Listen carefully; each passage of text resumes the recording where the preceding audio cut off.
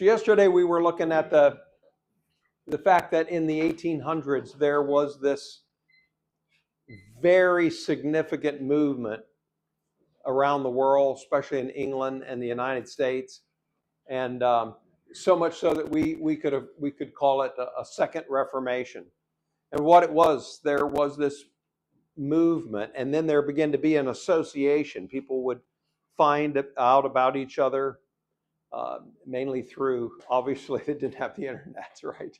And so they would find each other because some people who began to see and understand truth started printing periodicals and printing articles and getting them out. And they worked their way out, and people began to get associated with each other and know each other. And some of the things that really began to take root in a lot of people was this whole idea of independent study. We're just not going to trust what we've been heard. We're going to go back and start over and make sure this stuff's right. We read about that sacred duty. For myself, I will reserve, Richardson said, I will reserve for myself my sacred duty to study the scriptures for myself. So this very independent study spirit and this rejection that the clergy were somehow over us and could tell us the truth of the scriptures. This whole idea of a literal interpretation of scriptures. So the scriptures began to be taken literally. It's amazing how much Orthodox Christianity by the time of the beginning of the 1800s was allegorizing and spiritualizing the scripture, and people began to study the scriptures and take them literally. This, of course, would move into prophecy. They would take prophecies literally, and then if they couldn't find that they were fulfilled, then they began to believe, begin to look into eschatology, different ways of understanding how these passages. It's hard to believe the things that we take as normal, how they weren't normal, and they were recovered during this period. Advances in right division, which we'll talk about a little later. The clarity concerning the state of the dead, that the dead are actually dead and not blissfully floating on clouds and playing harps, or either being tormented in fire with devils, and of course the myth of hell, universal reconciliation, the refutation of the Trinity, and literal Bible translations start getting printed. And so these people began to find each other, and and so Pittsburgh at the time, the 8th largest city during the steel industry. And so and with Conley being here, and it began to be a draw where they would come and meet and talk.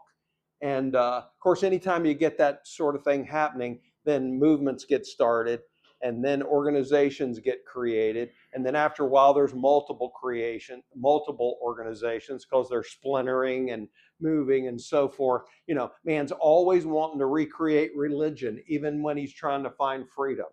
There's always that tendency. Oh, we got to go back to the old way of doing this. We need an organization. We need structure and so forth. So it's just important to get a sense of what happened. And so then we find out that there are some key people that we looked at yesterday. And let me get to where I had left off talking about Robeson.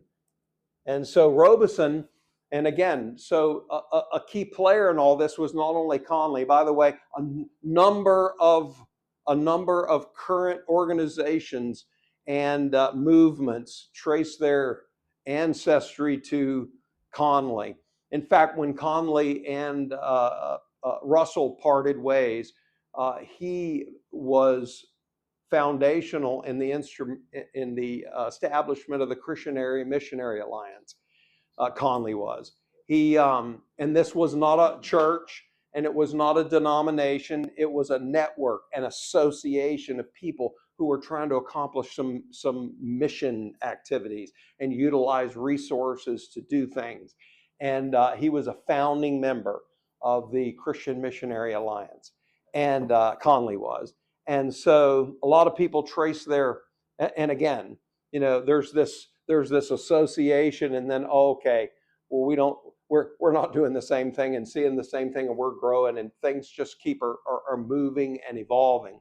And so of the five secretaries, personal secretaries, personal assistants, I think we might call them, of Russell, all of them would end up abandoning the course that movement would eventually take, and becoming independent, focusing on their independence and their continued study of the scriptures.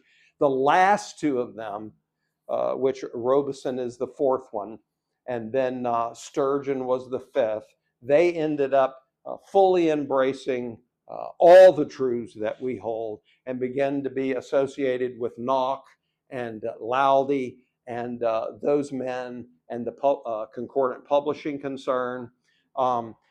Robeson was a tremendous Greek and Hebrew scholar. And you again understand this movement was about the literal translation of Scripture. So people are interested in getting an education in Greek and Hebrew, and a passion for translating the Scripture.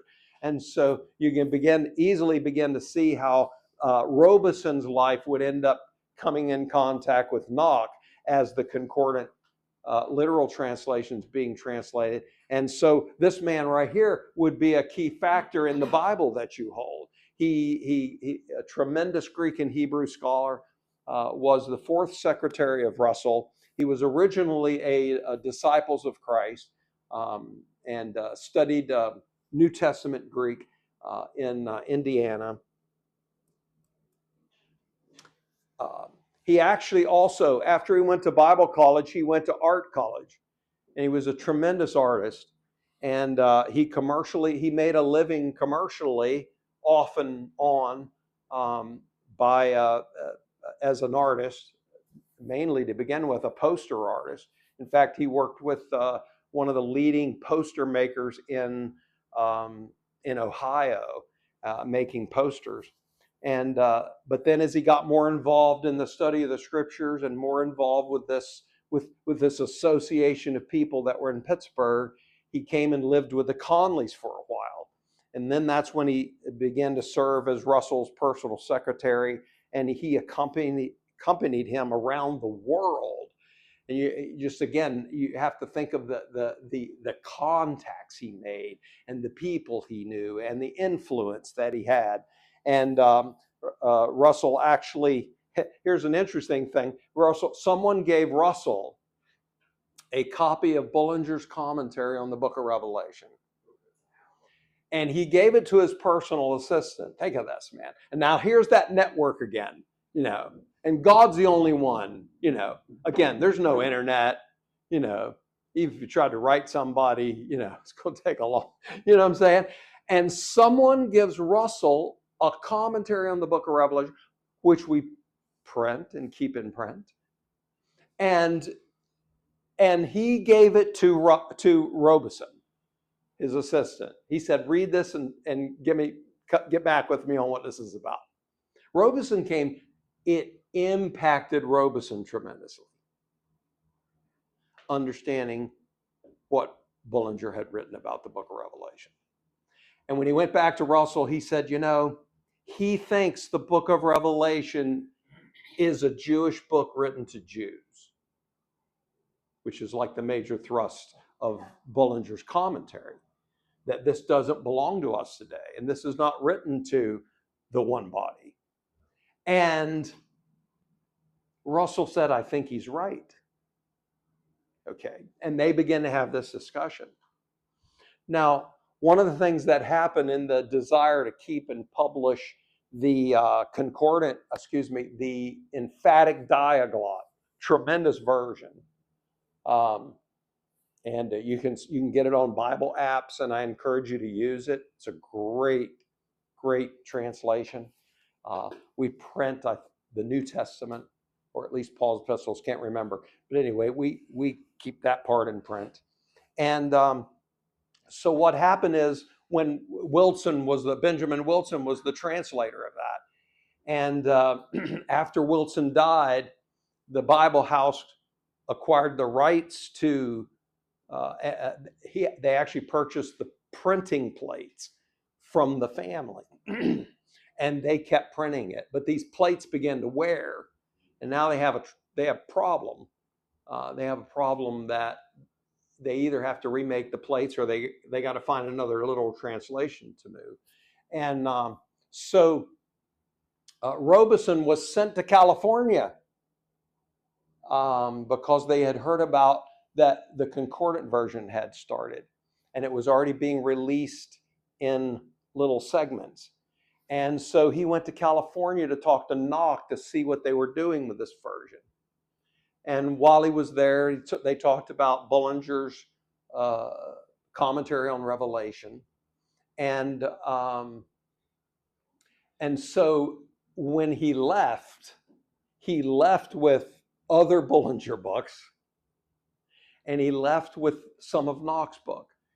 He left with All in All and other material. And of course, his world opened up as to the absolute sovereignty of God, the absolute salvation of all. And somewhere there's dispute historically. No one wants to take the blame, I suppose. But obviously, Robeson would have had to have been the key figure behind this.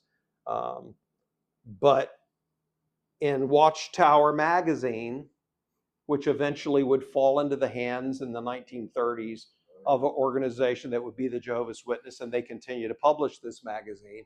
But in the magazine, in 1920, they advertised the concordant version,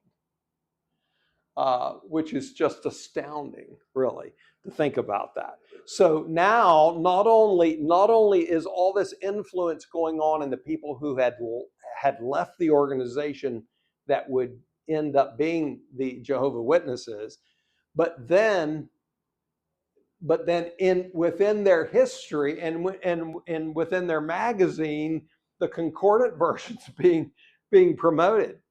And that's a long story in itself, and how that all panned out. Quite interesting. But then but it got retracted, but advertising, right? There is no bad publicity. And think about how many more people, began to see these things. So Robeson was one of four men designated as co-editors of Watchtower, and so this was after Russell died. So he was one of the four men in charge. But by 1922 came along, 2 years after the concordant version was offered in Watchtower, he resigned. He left the organization that would keep moving to become the Jehovah's Witnesses. And he moved to Washington, D.C. and became a commercial artist for the Washington Post. And then the headquarters of the American Automobile Association was there, and he became their head art director. He became in charge of their art department there. And while he was there, he got a job with the Columbia Bible Training School, and he taught Paul and Paul's ministry and epistles at the Bible College there in Washington, D.C. And he also established there was already a wide network of believers in that area, and he held classes there. And then he began to write and explain why he left this movement and became independent. And one of the books that he wrote is Are the Bride and Body Identical? Fabulous book. Unbelievable when I first read it, that truths that I held were articulated so well back in that time. So anyway, and so here's some quotes from Robeson that give you a little insight of him. He said, "Care should be taken to distinguish between truth and a set of our own opinions about the truth." We blend those two together. Beautiful, isn't it? He said, "Truth is so costly as to be worth holding on at any price." And he did. I told you yesterday he ended up in federal prison during World War One because because of his view of human government and of war. He holds the exact. I wrote a book called World Affairs and National Politics. It's that view that's in that book that got him in federal prison. So here's a man who does know what it means, how much it costs to say, no, this is not my understanding. And so he also wrote reconciliation to be experienced between God and all of his unconciliated creatures, reconciliation is to be experienced between God and all of his unconciliated creatures, both in heaven and on earth. He wrote, let no one spurn the truth because it's inconvenient. And I love this. I've had this on the wall of my office at times. God's will is sweeter than our wish. Beautiful. Okay, so these people that I'm talking about, we would have loved them. We would have loved being with these people that we're talking about, And I look forward. There's lots of people I can't wait to look up, when the family reunion happens, And so then after Robeson wasn't the personal assistant of Russell, then a Sturgeon was. Meet a Sturgeon. Meant a Sturgeon. And he was a graduate of the Southern Baptist Theological Seminary, but he was Russell's last secretary. He is the one who records, the final chapter of Russell's life in detail. He goes into great detail on that final speaking journey, and he became so weak, that he had to take care of him. He had to get him to the podium and even stand with him and hold him. And it's written beautifully, and we have it preserved for us because it ended up being published in the Watchtower. And there's one thing you can tell is that he had great love for this man. And so he was with Russell all over the United States and world, just as Robeson had been. So he's got all the inroads. And after, of course, Russell died when he was the final secretary, and so then he just continued that ministry, and he continued. I mean, every major city and large auditoriums this man is teaching and preaching at. He was prominently known among the International Bible Students Association, and someone that just history. The only thing we have is a friend of his gave him a copy of All in All, who, I couldn't help but think maybe that's Robeson, the last secretary, But he gave him a copy of All in All, and it sealed the deal. I don't know how many people I've not heard that All in All sealed the deal. I think we have brought copies with us, and amazing that God will be all in all. And then what happened is during that period of time, Loudy came on the scene, and we'll talk about a little bit more about Loudy in just a minute. But Loudy came on the scene, and Adlai Loudy, and he was a Church of Christ, and but he got introduced to the salvation of all through G. Campbell Morgan, and then he continued to grow and study, and he came across also someone gave him Knox books, and he ended up also touring with Sturgeon opened the doors for him, and for decades, he had an annual tour of every major city in the United States, teaching all the truths that now we're getting really down to where we sit, and he's teaching all these truths. And Sturgeon, who had been Russell's personal secretary, became Loudy's personal secretary. He handled his correspondence, he arranged his meetings, and he was the advance representative who would go in and set up. It's not like the kind of meetings we're having. They were advanced, because we're talking about large, a large work here. And so, and then one other person that we'll mention, and when we saw that picture of all the staff standing in front of the Bible house, the man on the far end was this man. In fact, this is just a blow up of one of those pictures that were taken at the Bible house. And he was a manager for 10 years at the Bible house. And afterwards, just for a brief history, he went to the National School of Chiropractic in Chicago after he left. And he came back to Pittsburgh and was a chiropractor. And he would hold Bible classes at the Pittsburgh YMCA. And again, for decades, he wrote in the Unsearchable Riches a report. It was a regular feature in the Unsearchable Riches of the activity, just a report of what was going on in Pittsburgh. Just an amazing story there.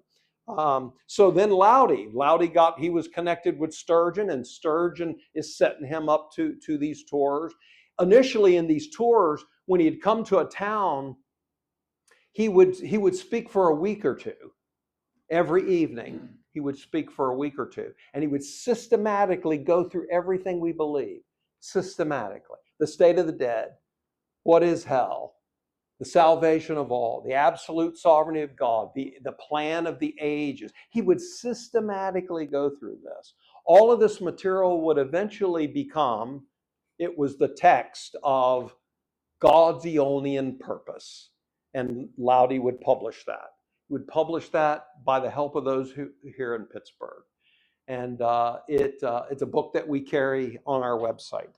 And so 100 years ago, he first came here in 1925. He came here, and it was his first of annual meetings.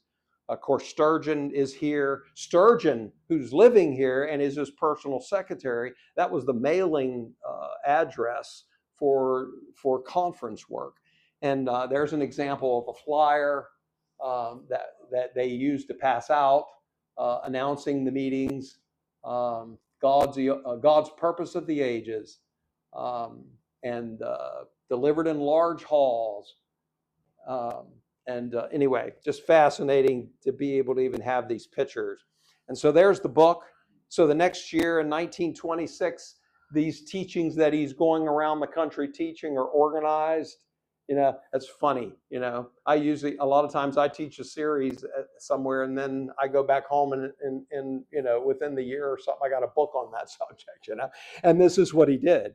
And Robeson, who had published his own works and had contacts, he helped him with this book, and another gentleman here in Pittsburgh financed the deal. And so again, the Pittsburgh connection. And this is a wall chart. See how we have charts here? This is Loudy's original wall chart, and he called it the Divine Calendar. And he put everything he was going to teach when he was when he'd come into a town, he put it all in one chart. And it was 16 feet wide by 5 foot tall. And they carried this all, you name a major city in the United States and Canada, and he was there in big halls going over this. Okay. And the sort of the refugees, if you were, from all these movements and understandings would come, because there was such a network, and the people who were involved knew where people were and had already been involved in meeting with them. It was just, it's just amazing.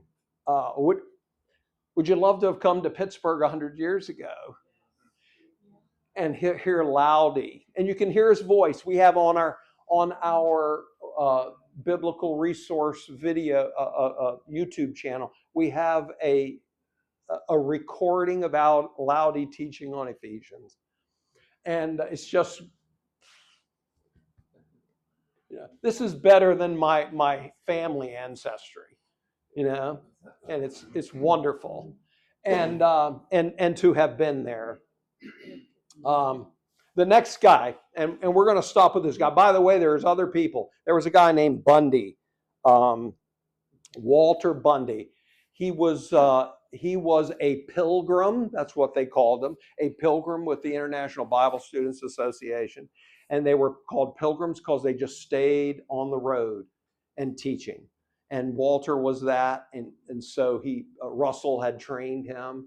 He ended up also getting all in all and coming to see the salvation of all. And he continued for a few decades that ministry, going back to the same people he had went to before and teaching them all the stuff that we enjoy. And how moving is that? But then there's oh, by the way, I should say one thing about Conley too. There was a man named George Peters who wrote a book called The Theocratic Kingdom.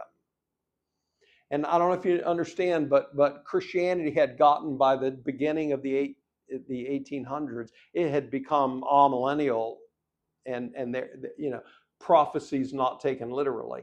And this book, a 3-volume book on detailing the prophecies of the kingdom, and that they were theocratic and they were future. And Conley published them and made them available. That's probably the key turning point where a segment of Christianity became premillennial, where they understood that prophecy was ahead. But anyway, we're going to end with this story. We're going to end with Charles Pridgeon. He was the founder of the Pittsburgh Bible Institute, and he was the author of the book, Is Hell Eternal, or Will God's Plan Fail? And so this is a large book. We keep it in print. History and our history, So Charles Spurgeon, let's see if I have yes, he was a graduate. He's a very intelligent man. He was a graduate of Princeton Theological Seminary. He worked with D.L. Moody in his evangelistic campaigns. He was the pastor of the First Presbyterian Church in Canonsburg for 12 years.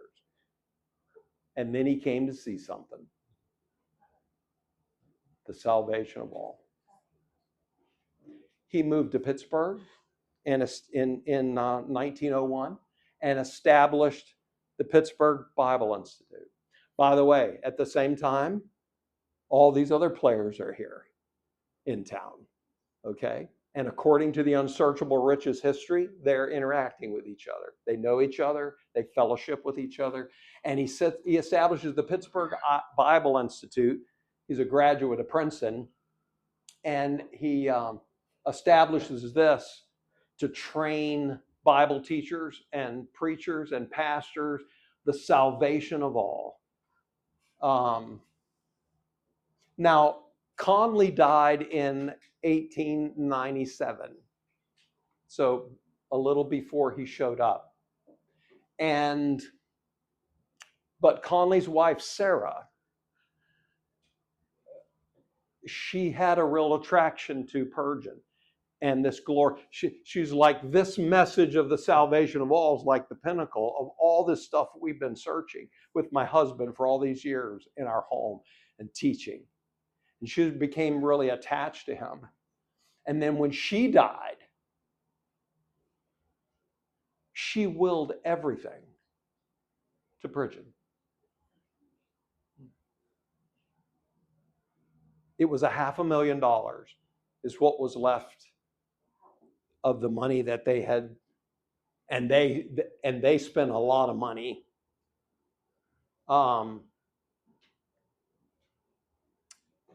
Conley did. They established hospitals. They established schools. They had a school in Pittsburgh just for black children. I mean, these were people who had an amazing heart. But she willed all her money. They willed all their estate to Pridgeon. It was $500,000.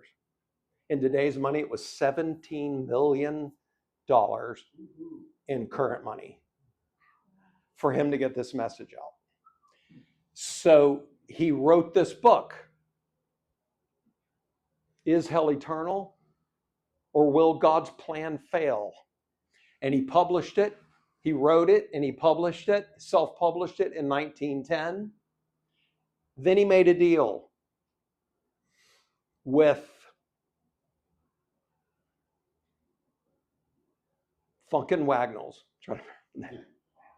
Is Funkin' Wagnalls, I meant to see if it was even still in business. You know, those of us who are older know the Funkin' Wagnalls encyclopedia. And Funkin' Wagnalls was a huge publisher at the time. The clock's going off, and this is my last slide. But I got a couple minutes. So